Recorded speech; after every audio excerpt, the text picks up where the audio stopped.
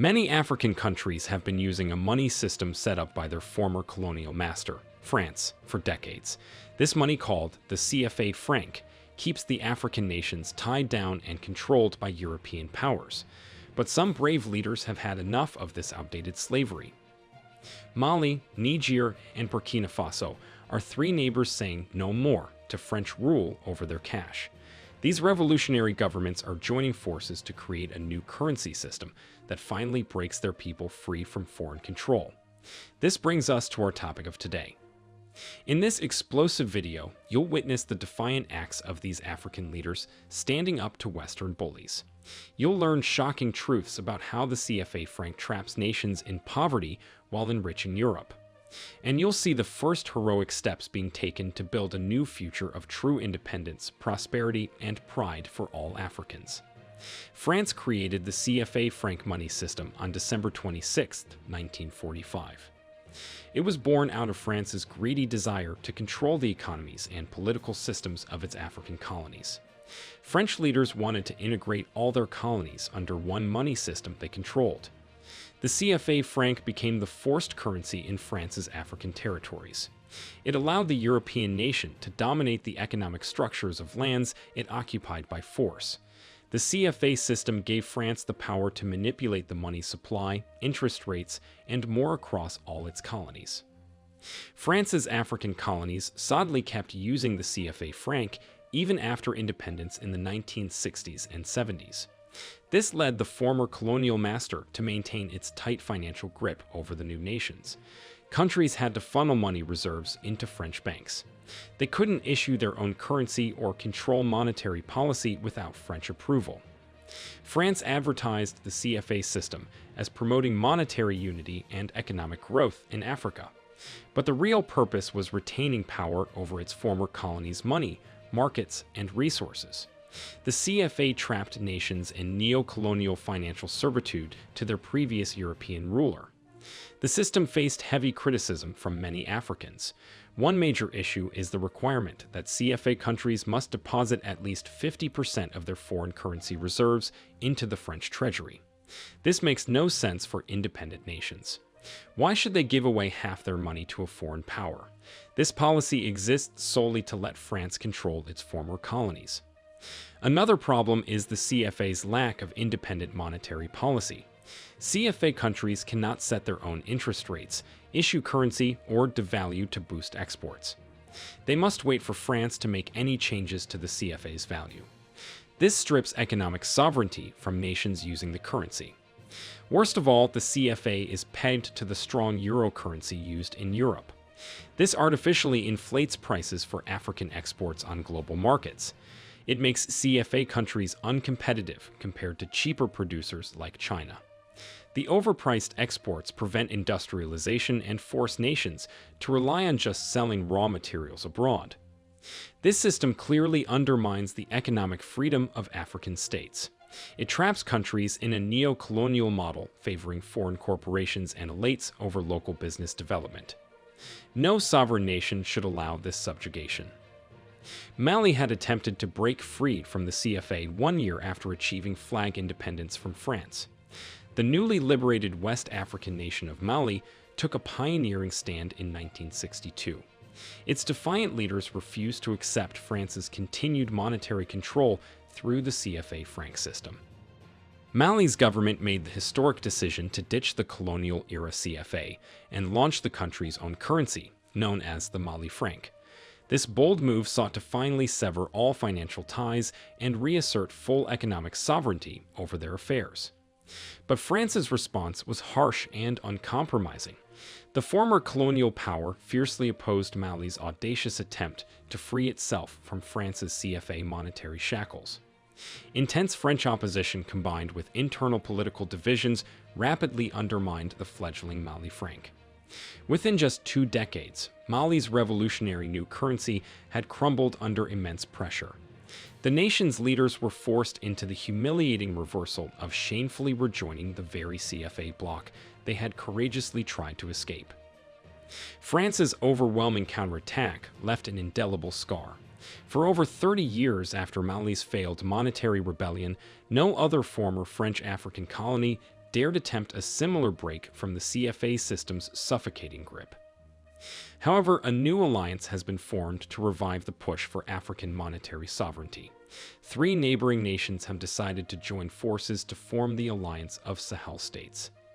This alliance was initially formed in September 2023 as the Liptako-Gourma Authority, a defense pact allowing Mali, Niger, and Burkina Faso to combine their military forces against the escalating threat of jihadist rebel groups plaguing the tri-border region. However, the leader, President Ibrahim Traoré, soon revealed grander ambitions, evolving the alliance into a full-fledged political, economic, and monetary union to counter the French neocolonial influence embodied by the ECOWAS bloc. The leaders of these countries, including President Ibrahim Traoré of Burkina Faso, have made clear their intention to break away from all forms of neocolonial control by former Western powers like France. A core goal is liberating their economies from the CFA franc currency system. These 3 nations have already dealt major blows to French influence in their lands. They collectively withdrew from the Economic Community of West African States regional bloc in late 2023, seen as overly dominated by France and its allies. Mali, Niger, and Burkina Faso aim to decisively cut economic, monetary, and political ties with their former colonial master by forming an alternative alliance. Abandoning the CFA in favor of a new common currency is the next crucial step in this quest for full independence and sovereignty. The intentions of the alliance became crystal clear in early 2024. Leaders came out forcefully declaring plans to scrap the CFA franc currency. Burkina Faso's President Ibrahim Traoré fired the first salvo in a February interview. "Everything we've done has surprised you, hasn't it?" he said. "More changes might still surprise you. And it's not just about currency. We will break all ties that keep us in slavery." Days later, General Abdourahmane Chiani of Niger echoed Traoré's defiant stance. "Currency is a sign of sovereignty," Chiani stated bluntly.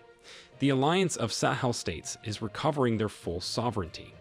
It's unacceptable for our states to be France's cash cows."